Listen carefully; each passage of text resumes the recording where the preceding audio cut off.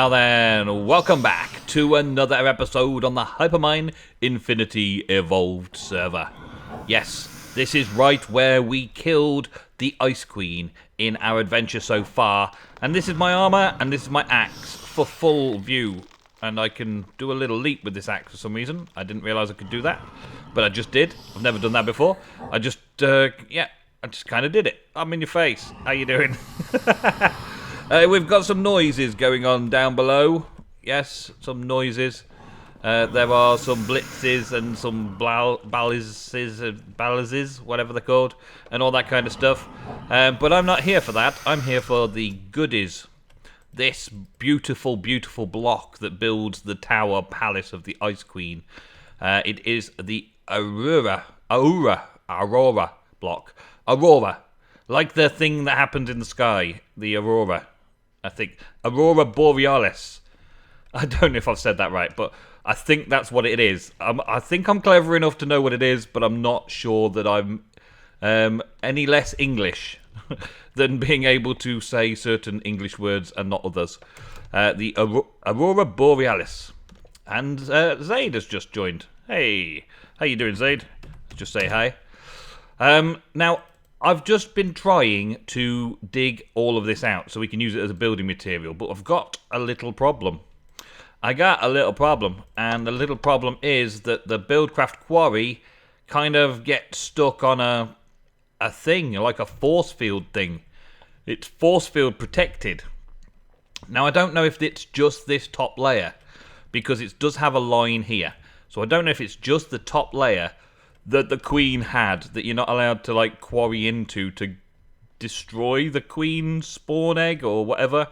But it is actually it's above. It's above the queen's spawning area. Look there. So it's above it. So I don't know exactly whether that's going to be protecting everything all the way down or not. So I've got to think of another solution. Well, a Buildcraft Quarry is not the solution. And I was hoping it would be. I was hoping it'd be nice and simple. Buildcraft Quarry, dig it all out. Because I didn't really want to leave dirt blocks everywhere with an ender quarry. So I decided not to do the ender quarry. I thought I was being very nice to people and not doing an ender quarry. But in fact, I am going to have to try an ender quarry and see what happens. And I'm going to quickly set one up now, if I can find all the bits. I've tested out that a turtle works. So you can use a turtle. That's a thing. I can use a turtle and dig the blocks out with a turtle. But in order to use a turtle, I need to be... Wait, that's not where I wanted that to go. I need to have the ability to be online and watching the turtle. The turtle needs to be in loaded chunks. And I don't particularly want to load these chunks up just for the case of that. So this is where we're at right now. I'm now looking into the idea of using an ender quarry rather than a turtle. And that is the only reason I'm doing that is to because the Buildcraft Quarry couldn't take it all cleanly away. So now I've got to kind of get rid of it this way. Ender quarry.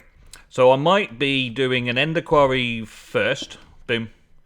Is that going to do it for me? I don't know. Are you? Yeah, you're scanning and mining blocks, but I don't know if it's going to do the whole thing. I'll have to check down below. Ender quarry will make it all into dirt and hopefully get rid of its protections and all that kind of stuff, and then maybe I'll put a normal quarry on it afterwards just to get rid of the dirt. Because I don't particularly want the dirt, obviously, but if it's going to be a big eyesore in the middle of the place, then I may be a little upset. Now we should be able to see some weird anomalies going on in here, because the ice will melt when it's broken. So that might be where we're going here. It might be digging all the ice up. I don't know exactly where it's doing its work, the ender quarry.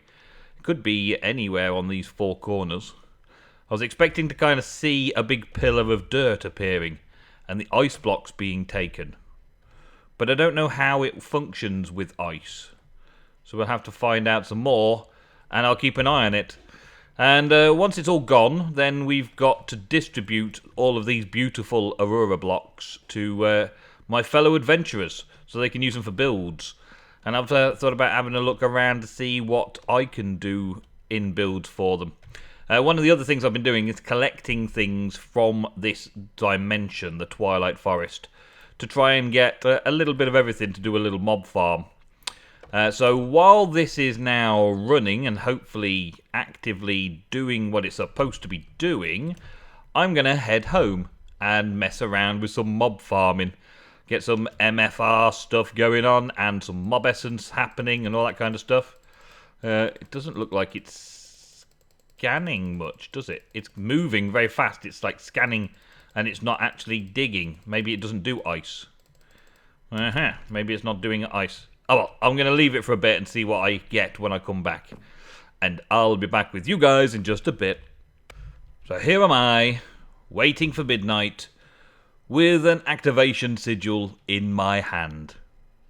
That can only mean one thing. Yes, I have an enchantment table surrounded by redstone, on dirt, and I have a sacrifice. This is the night for Cursed Earth. Nearly midnight. Nearly midnight. Come on, midnight. It's nearly there. It's going to be right about there. It's climbing fast. Time travels so quickly in Minecraft. It's going to be there any second now. I need Cursed Earth. I need Cursed Earth in this series, and I need Cursed Earth in my Druid's Tale series. So I'm going to be going through this both times. But here I am showing you how it's done, because this is a bit of a technical server. Little bit of a technical server. We've been messing around with Twilight Forest so much now. Perform the sacrifice. Okay. Boom. And smack. Do it. Yes. Sacrifice achieved. Indeed. Check that out. So now the Cursed Earth is going to spread everywhere. That's the plan anyway. Cursed Earth is going to do stuff and spread everywhere. All I need is a quick sample of it. And in the daylight it should then dissipate again. So I'm going to kill it all. Kill all the daylight. Well, when daylight comes, which is tomorrow morning, all of the Cursed Earth should be gone. But until then, I've got to stop these mobs from overrunning the place.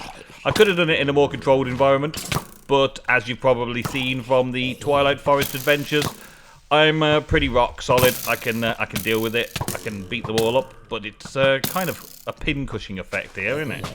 I'm trying to get in pin-cushioned a bit, but still, I could stop this from spreading too far, and in the morning it will all be back to good again. That's one way of doing it, I suppose. Getting rid of it like that. And yeah, there we go. Let's get rid of a load. I could have potentially done this a lot faster another way, but still. And I've just got myself a little tiny shovel. A little tiny shovel, just enough. Hey, there's a little nasty spiders. Where did they come from? Everything's shooting at me now. Come on, let's go. Sit, die. And you, die. That's it. Spiders, die. This is what I want to see, though. This is what I want to see. Cursed Earth everywhere, doing all the things. Now, I think I'm just going to back off and wait for daylight and let everything die, because I'm never going to get to that in time. But daylight should make it all burn away. So let's wait and see what happens, shall we? Ah, yeah, look at that. Lovely good morning sunshine, everybody. Morning sun. All of it burning away, including that tree probably very soon. But I do manage to have 6 Cursed Earth on me, and whoa, something gave me a bad effect. And a lot of other things that will be kind of awesome. There we go. Burn.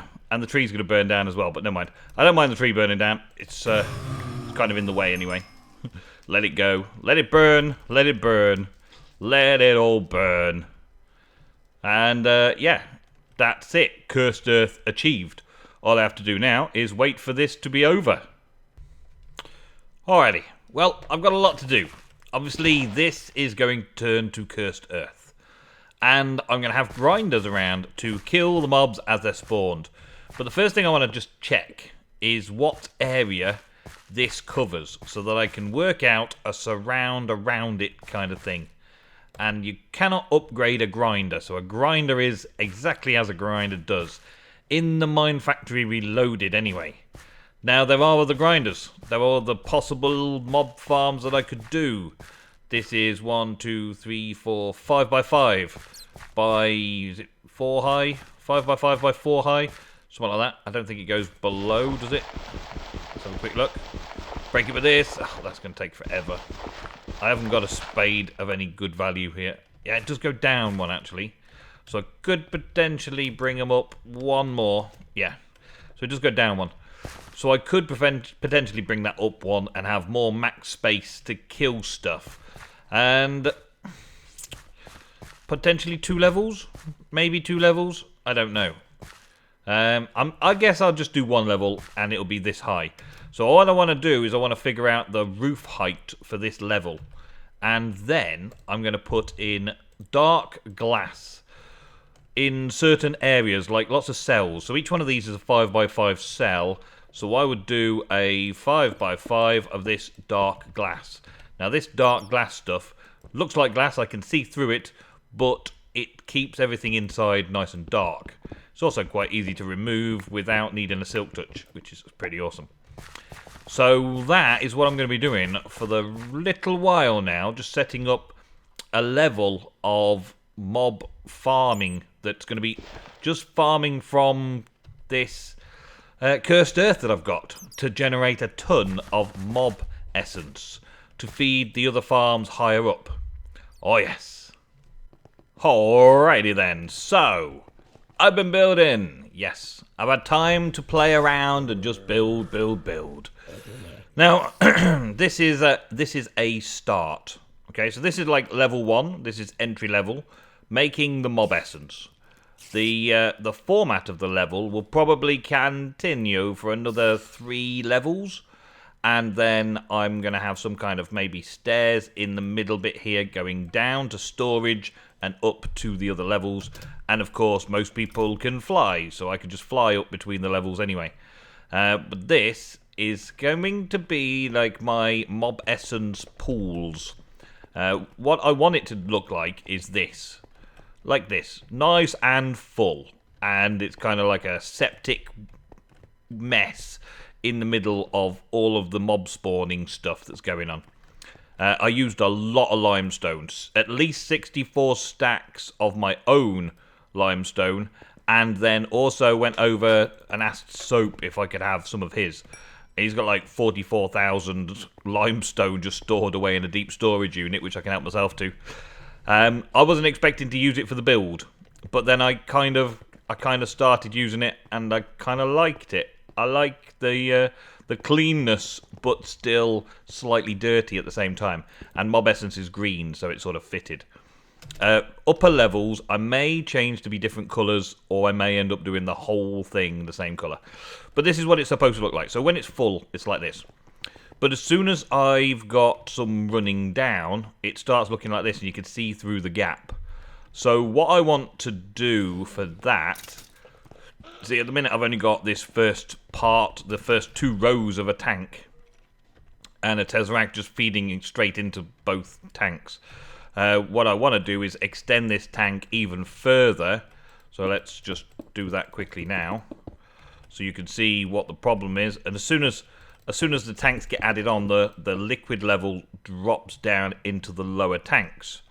Can I actually builders one this? Yeah, I can. Awesome.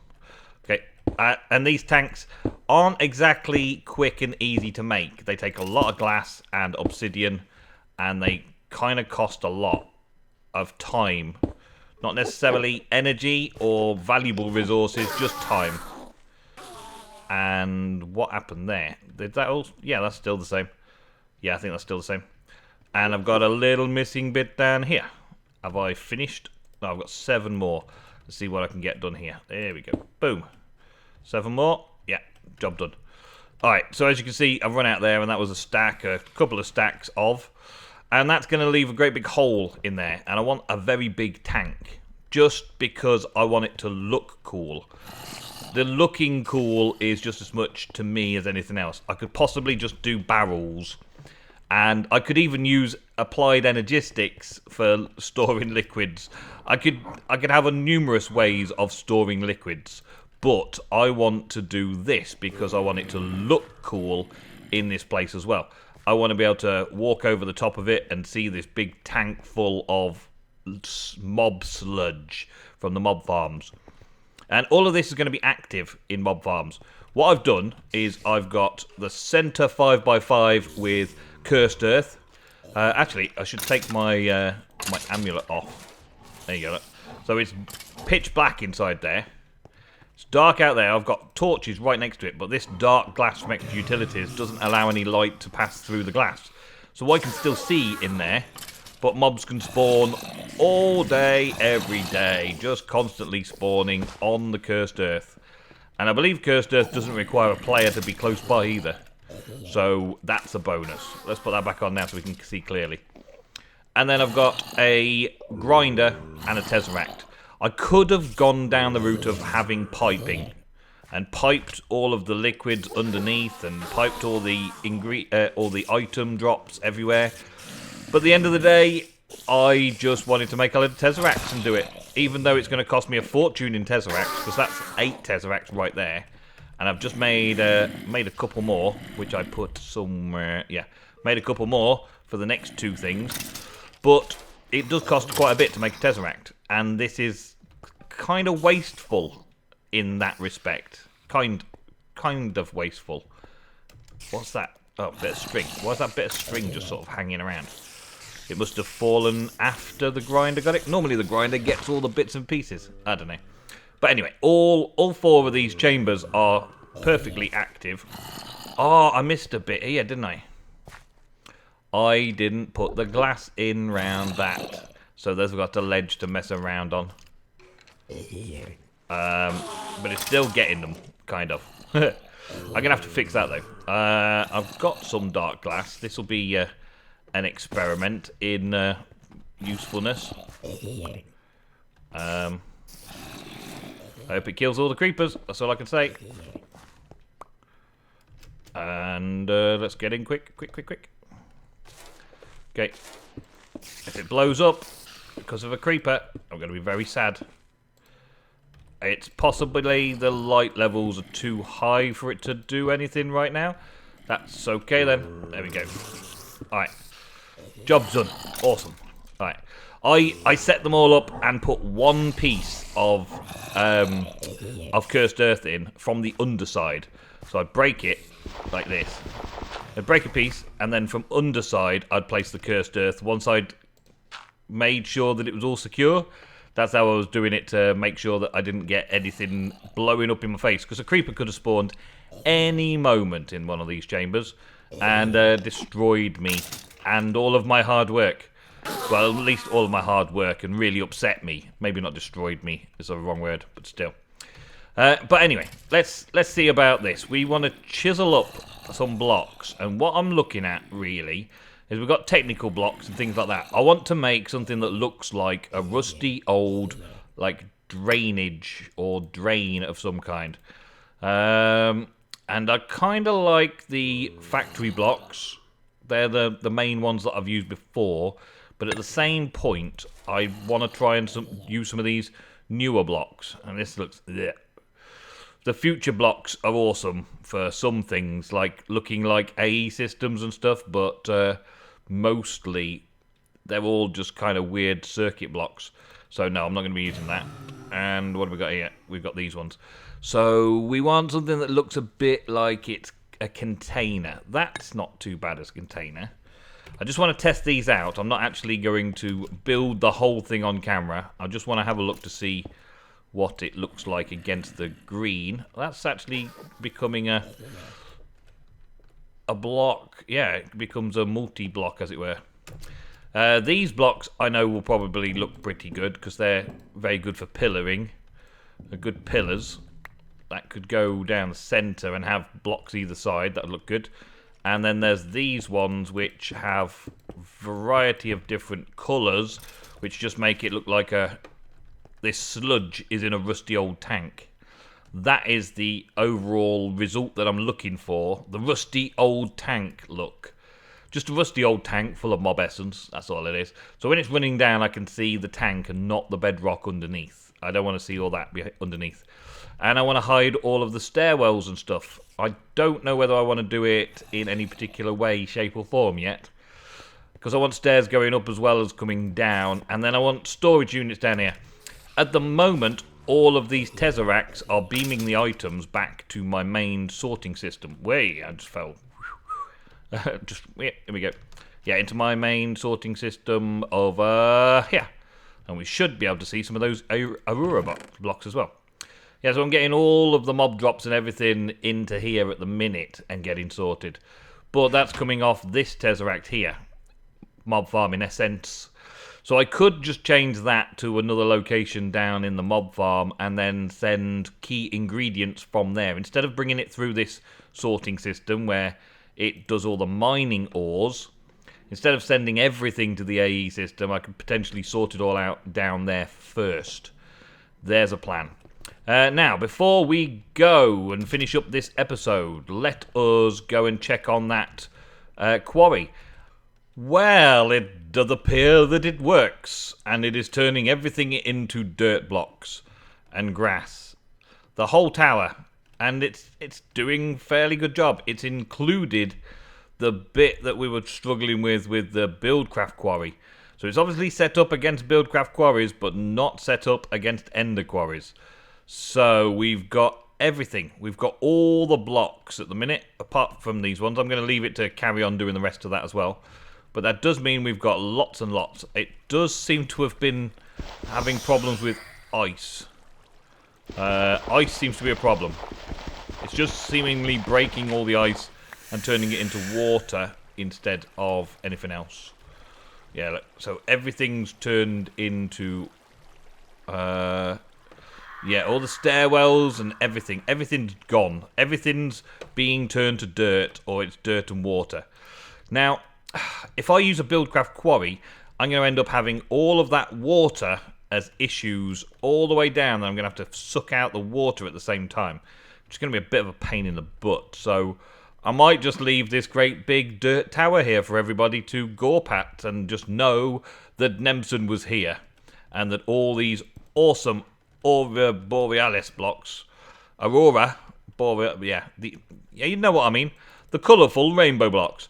All of those blocks have been collected, and it's Nemsun's now. And Albanaka actually has an idea for a cool tower design that he's going through. We've scanned 346,000 blocks since beginning this episode. Awesome. All right, let's head back over to my base then and do some more over there.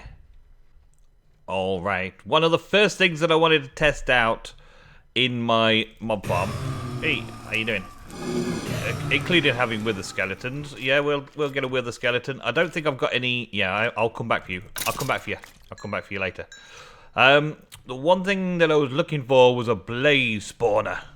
Blaze spawner, yes. Alright, so I need blaze rods quite badly. I'm running kind of shy on blaze rods. Where are we going to put this? Let's put it in there. There we go. Running kind of shy on blaze rods. So I decided this would be a good place to get it from. The nether. Yes. Alrighty, let's test this out then. So, I've got two formats, or three formats. I've got the format here where they are being killed from the cursed earth. And here, which I haven't put any cursed earth in yet, but I want to use the blaze spawner. So, the blaze spawner is a vanilla spawner, and therefore it behaves slightly differently to just cursed earth. With cursed earth on its own, a 5x5 area of cursed earth will just keep spawning them within that 5x5 area. But a spawner, a mob spawner, does a little bit more, doesn't it? It does a 9x9 area, which means 4 out from each side of the spawner needs to be safe. Or maybe it's an 8x8. Centered on the spawner, something like that. But I always do 4 out from the spawner. So I've got 3 internal and one wall block is the 4. So let us just put this down here. Now they should spawn almost straight away. And I've got to get out of here fairly quick. Right, there we go. Whoop, whoop, whoop. There we go. All right. Yeah, you good?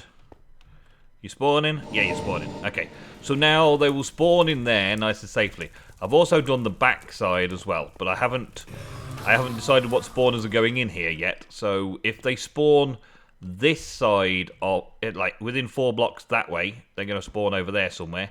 Then they're going to be sucked up by a grinder as well. So no matter where they spawn, they're going to get sucked up by a grinder. But of course, that is a vanilla spawner, and that is player sensitive. So what I want to do is put some cursed earth underneath the spawner. And I'm actually thinking that I want to wait until I get a second spawner first, because a second spawner will work even better for me. And just put that there. And I may as well put that there as well to block it in. So now it should work when I'm close by, but I think that means that it also works when I'm far away.